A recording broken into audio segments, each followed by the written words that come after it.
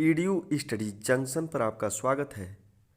मैं लेकर आया हूँ यूपी टीजीटी पीजीटी एलटी इतिहास के बेहतरीन वन लाइनर क्वेश्चन। तो आइए शुरू करते हैं। पहला क्वेश्चन है, बंगाल विभाजन के समय बंगाल का लेफ्टिनेंट कौन था? Andrew Fraser. दूसरा, इंडियन ओपिनियन के संपादक थे मनसुख लाल। तीसरा, काकोरी कांड के अभियुक्तों के बचाव हेतु गठित की गई समिति की अध्यक्षता किसने की थी? मोतीलाल नेहरू ने। चौथा, भारतीय स्वतंत्रता विधेयक को कब स्वीकृति मिली? 18 जुलाई 1947 को। पांचवा, एज ऑफ कंसेंट एक्ट कब पारित हुआ? 1891 में एस बंगाली के सहयोग से। छठा, विट्ठल भाई पटेल कब सेंट्रल लेजिस्लेटिव असेंबली के अध्यक्ष बने? 1925 ईस्वी में। सातवां, भारत में मक्का की खेती प्रारंभ करने का प्रमाण कब मिलता है? 15वीं शताब्दी के प्रारंभ में।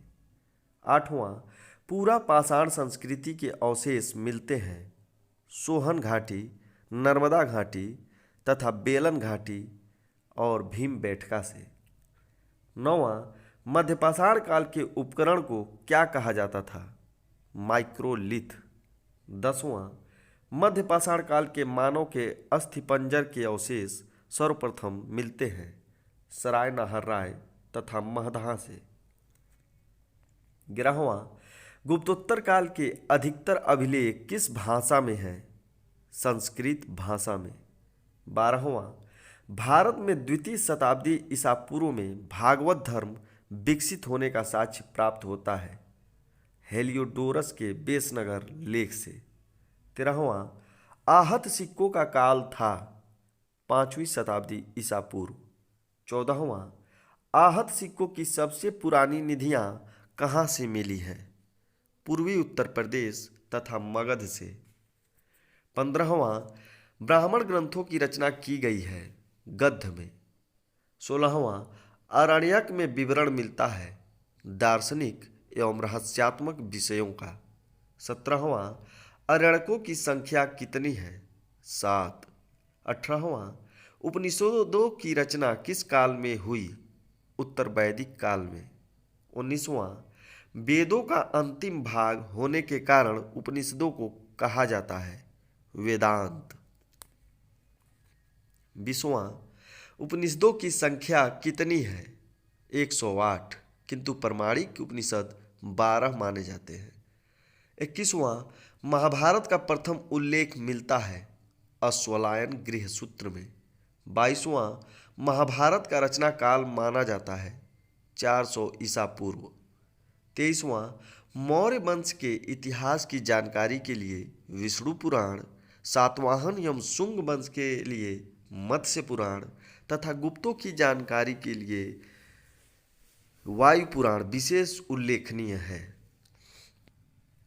24वां, जाबुली का महमूद किसे कहा जाता है?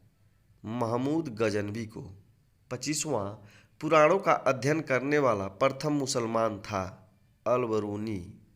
26वां, फिरोज शाह तुगलक ने खुतबे में अपने पूर्ववर्ती दिल्ली के सभी सुल्तानों का नाम अंकित करवाया, केवल कुतुबुद्दीन का नाम अंकित नहीं था उसमें। 27वां, अदाब उल हर्ब एवं अल सुजाता नामक ग्रंथ की रचना किसने की थी? फक्र ए मुदब्बिर ने। 28वां, डचों ने अपनी पहली फैक्ट्री कहाँ स्थापित की थी? 1605 में मसूलीपट्टनम में। 29वां, मैड्रिड की संधि कब हुई थी? 1630 ईस्वी में पुर्तगालियों एवं अंग्रेजों के बीच।